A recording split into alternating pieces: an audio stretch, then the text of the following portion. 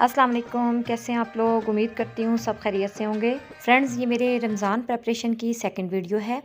इसमें मैं आपको बताऊंगी कि हम लोग और क्या-क्या चीज़ें हैं जो रमज़ान के लिए बनाकर फ्रीज़ कर सकते हैं और रमज़ान में अपना टाइम जो है उसको सेव कर सकते हैं। तो चलिए चलते हैं वीडियो की तरफ और देखिए कि क्या-क्या मैंने जो है वो बनाकर फ्रीज़ किया है ताकि रमज़ान में मेरा टाइम जो है वो सेव हो सके। सबसे पहले मैं बना रही हूँ दही बड़े। ये मैं माश की दाल और मूंग की दाल से तैयार करूँगी, बिल्कुल वैसे ही जैसा कि बाज़ार से मिलते हैं, और इनको मैं बनाकर फ्रीज़ कर दूँगी। ये मैंने 1 कप मूंग की दाल और 1 कप माश की दाल ली थी। दोनों को मैंने अच्छे से वॉश करके ओवरनाइट के लिए पानी में डिप करके रख दिया था। अब मैंने पानी को ड्रेन कर दिया है, लेकिन कुछ पानी इसके अंदर मैंने अभी रहने दिया है, ताकि जब हम दालों को ब्लेंड करें तो ये अच्छे से ब्लेंड हो सकें। इनको बनाने में जो स्पाइसेस हम यूज़ करेंगे वो इस तरह से हैं: 1 टीस्पून सॉल्ट, 1 टीस्पून सफ़ेद ज़ीरा, 2 टीस्पून लहसुन अदरक का पेस्ट और 5 से 6 ये गोल वाली सुरख मिर्च। 1 टीस्पून भरकर ग्रीन चिलीज़ डालेंगे। हाफ़ टी स्पून हम बेकिंग सोडा यूज़ करेंगे ताकि हमारे भल्ले जो हैं वो फूल सकें। ब्लेंडर का हम जग लेंगे और उसमें हम दालें डाल देंगे। दालों के अंदर पानी जो है वो मौजूद होना चाहिए, बस इतना ही होना चाहिए जिससे हमारी दालें जो हैं वो ईज़िली ब्लेंड हो सकें। तो ये दालें चली गई। साथ ही हम डाल देते हैं ये सारे स्पाइसेस जो मैं आपको बता चुकी हूँ। 1 टीस्पून भरकर ग्रीन चिलीज़ डाल देते हैं। नमक और मिर्च जो है वो आप अपने हिसाब से भी डाल सकते हैं। चलिए जी, सारी चीज़ों को ब्लेंड करते हैं। हमें दालों को अच्छा सा ब्लेंड करना है ताकि इनका एक स्मूथ पेस्ट जो है वो हमारे पास तैयार हो।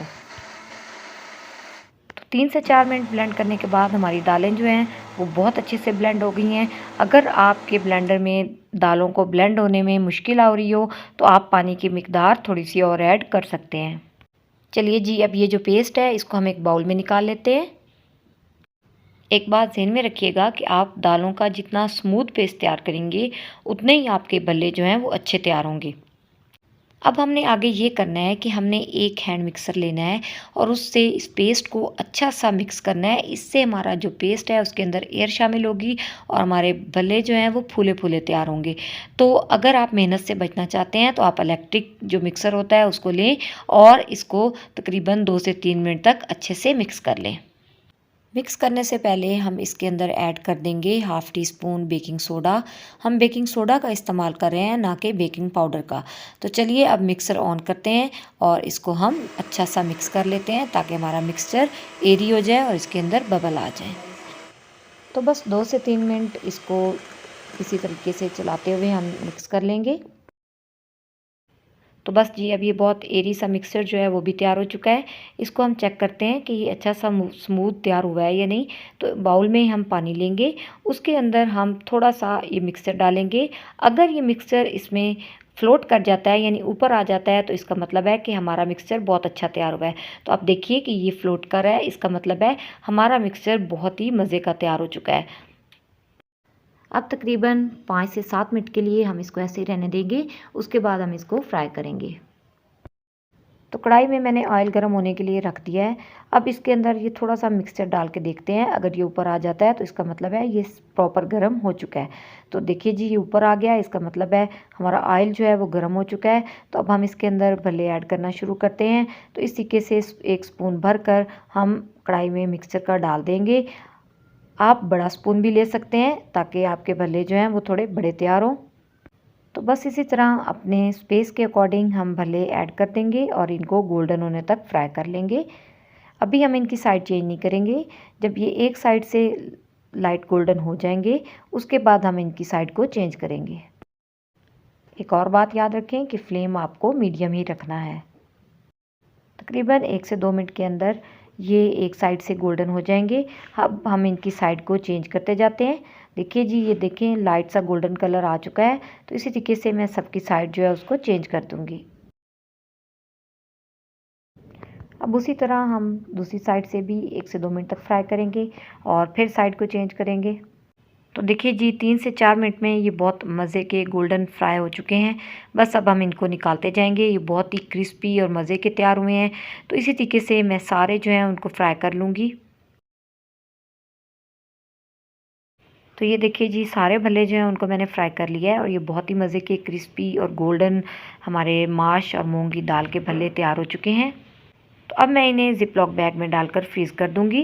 जब मुझे इन्हें यूज़ करना होगा मैं इन्हें निकालूंगी और नीम गर्म पानी में डिप करके रख दूंगी। थोड़ी देर डिप करने के बाद इनको निकाल कर हल्के हाथों से दबाकर पानी निकाल कर दही के अंदर शामिल कर दूंगी और इस तरीके से मेरे दही भल्ले तैयार हो जाएंगे। तो अब चलते हैं दही भल्लों के मिसाले की तरफ। इसके लिए जो मैंने स्पाइसेस लिए हैं वो कुछ इस तरह से हैं। 3 टेबलस्पून मैंने भरकर साबुत धनिया लिया है। 2 टेबलस्पून हमारे पास सफ़ेद ज़ीरा है। हाफ़ टेबल स्पून सौंफ है। Half tea spoon black pepper है। तकरीबन 15 अदद समझ लें और 15 से 16 हमारे पास ये गोल सुरख मिर्च है। अब हम इन सारे स्पाइसेस को ड्राई रोस्ट कर लेंगे। पैन हमारा गर्म हो चुका है।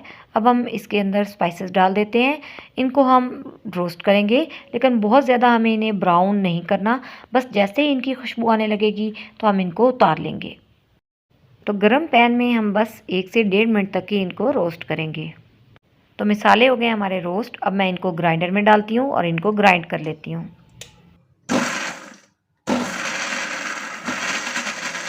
जी, तो हमारे जो ड्राई रोस्टेड मिसाले थे वो ग्राइंड हो चुके हैं। अब हम कुछ और चीज़ें इसके अंदर शामिल करेंगे, जो कि हैं 1 teaspoon black salt, half teaspoon white salt,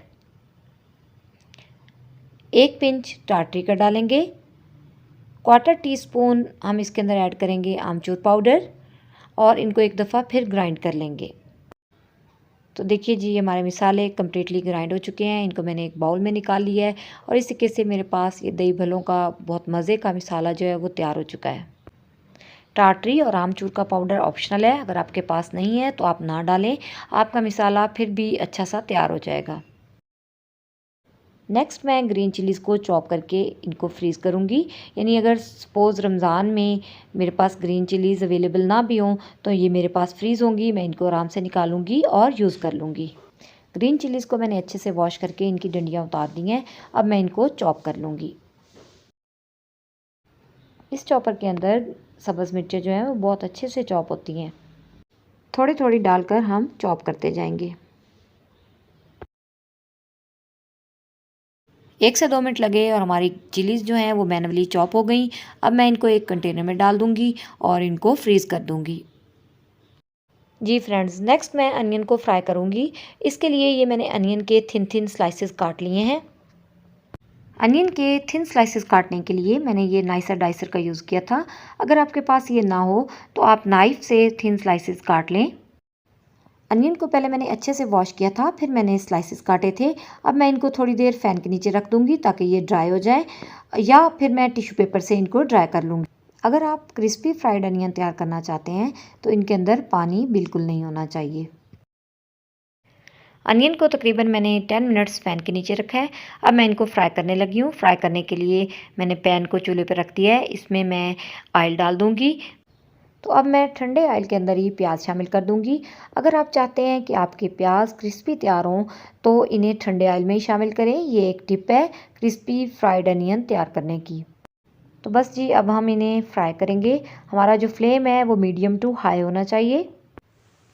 तो देखिए जी, तकरीबन 3 से 4 मिनट के बाद हमारे अनियन जो हैं वो गोल्डन होना शुरू हो गए हैं। अब आपने बहुत एहतियात करनी है, फ्लेम को थोड़ा लो कर देंगे और जैसे ही सारे प्याज जो हैं उन पे गोल्डन कलर आ जाएगा तो हम फ़ौरन से इनको उतार लेंगे, ताकि ये ब्लैक ना होने पाए, अदरवाइज़ इनका टेस्ट जो है वो बहुत ही ख़राब आता है। प्याज हो गए हमारे ब्राउन। इनको हम इस तरह के एक स्टेनर में डाल देंगे ताकि एक्स्ट्रा ऑयल जो है वो ड्रेन हो जाए। तो ये देखिए जी, हमारे क्रिस्पी फ्राइड अनियन तैयार हो गए हैं। इनको मैं एक एयर टाइट कंटेनर में डालकर किचन के किसी कैबिनेट में रख दूंगी और जब भी मुझे राइस वगैरह में या किसी भी डिश में इनकी ज़रूरत होगी मैं आराम से यूज़ करती रहूँगी। जी, तो अब आगे मैं बनाने लगी हूँ अनियन का पेस्ट। ये मैंने 1 किलो के करीब अनियन लिए थे और इनको मैंने इस तरीके से स्लाइस कर लिया है। जिस ऑयल में हमने क्रिस्पी फ्राइड अनियन तैयार किए थे उसी में मैं इनको शामिल कर दूँगी। तो अब हम अनियन जो हैं उनको फ्राई करेंगे, लेकिन हमें इन्हें डार्क ब्राउन नहीं करना, बल्कि जैसे सालन के लिए हम लाइट ब्राउन करते हैं उसी तरह हम इनको फ्राई करेंगे। 3 से 4 मिनट के अंदर हमारे अनियन जो हैं वो ट्रांसपेरेंट हो चुके हैं। अभी हम थोड़ी देर इनको और फ्राई करेंगे और जब ये हल्के गोल्डन हो जाएंगे तो हम इन्हें उतार लेंगे। बस जी, अब हमारे अनियन जो हैं वो लाइट गोल्डन हो चुके हैं। हमें इन्हें इतना ही फ्राई करना था क्योंकि हम इन्हें सालन वगैरह में इस्तेमाल करेंगे। तो अब हम इन्हें उतार लेते हैं और इनका पेस्ट बनाते हैं। सारे प्याज़ों को हल्का सा ठंडा करके मैंने ब्लेंडर के जग में डाल दिया है। अब मैं इसके अंदर थोड़ा सा पानी शामिल करूँगी, जितना कि हमें ब्लेंड करने के लिए चाहिए, तकरीबन 3 to 4 टेबल स्पून, और फिर मैं इन्हें ब्लेंड कर लूँगी। तो हम प्याज़ों का पेस्ट तैयार कर रहे हैं। 2 से 3 मिनट ब्लेंड करने के बाद हमारा पेस्ट तैयार हो चुका है। मैंने इसे एक बाउल में निकाल लिया है। अब मैं इसको सेट कर दूँगी और फिर मैं इसको फ्रीज़ कर दूँगी। तो ये जो पेस्ट था इसको मैंने ओवरनाइट फ्रीज़ कर लिया है। अब मैं इसके पीसेस बना लूँगी। ये बहुत आसानी से कट कर पीसेस तैयार हो जाते हैं। पीसेस हो गए कट। ये एक पीस तकरीबन मेरे एक सालन के लिए काफ़ी होगा। तो अब मैं इनको एक जार में डालकर फ्रीज़ कर दूँगी और जब ज़रूरत होगी तो इस्तेमाल करती रहूँगी। अब मैं बनाने लगी हूँ इमली की चटनी। इमली की चटनी के लिए मैंने 250 ग्राम इमली ली थी और उसको मैंने नीम गर्म 2 कप पानी के अंदर डिप करके रख दिया था तकरीबन 2 घंटे के लिए। अब मैं इसका पल्प तैयार करूँगी। इसके साथ ही ये 250 ग्राम ही मैंने गुड़ लिया था और उसको मैंने पानी के अंदर डिप करके रख दिया है। 2 चम्मच हम शुगर यूज़ करेंगे, ये ऑप्शनल है। अगर आप ज़्यादा मीठी पसंद करते हैं तो डाल लें, अदरवाइज़ ज़रूरत नहीं है। Half tea spoon salt use करेंगे। हाफ़ टी स्पून भुना हुआ ज़ीरा पाउडर है, अगर आप ज़ीरा डाल रहे हैं तो 1 टीस्पून डाल लें। Half tea spoon ginger powder है और 1 टीस्पून पिसी हुई लाल मिर्च है। साथ ही 1 टीस्पून कुटी हुई लाल मिर्च डालेंगे।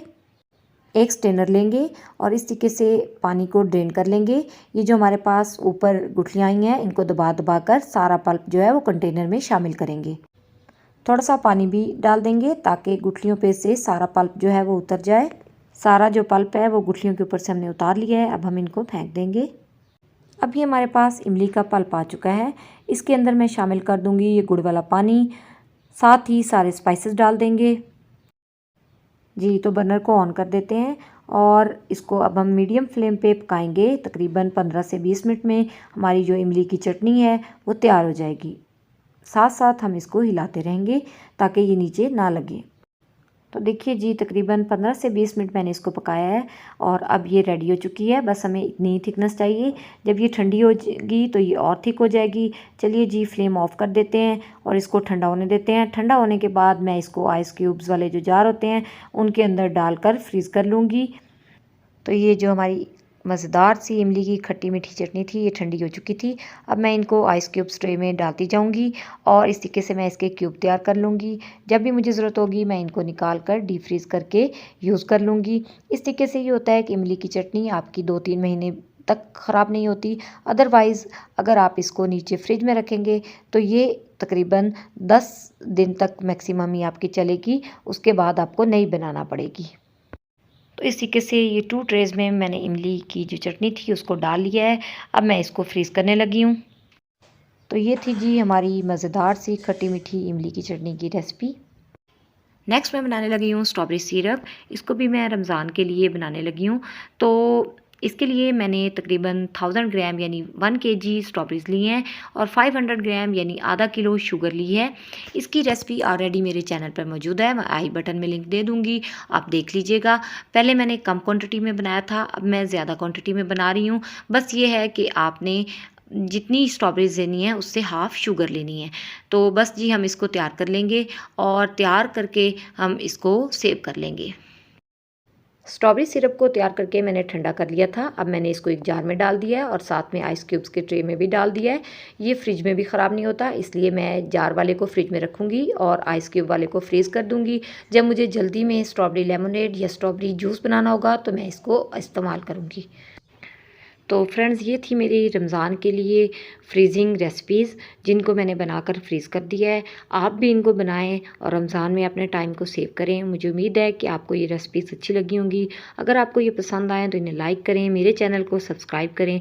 इंशाल्लाह फिर मिलेंगे एक नई रेसिपी के साथ। अल्लाह हाफ़िज़।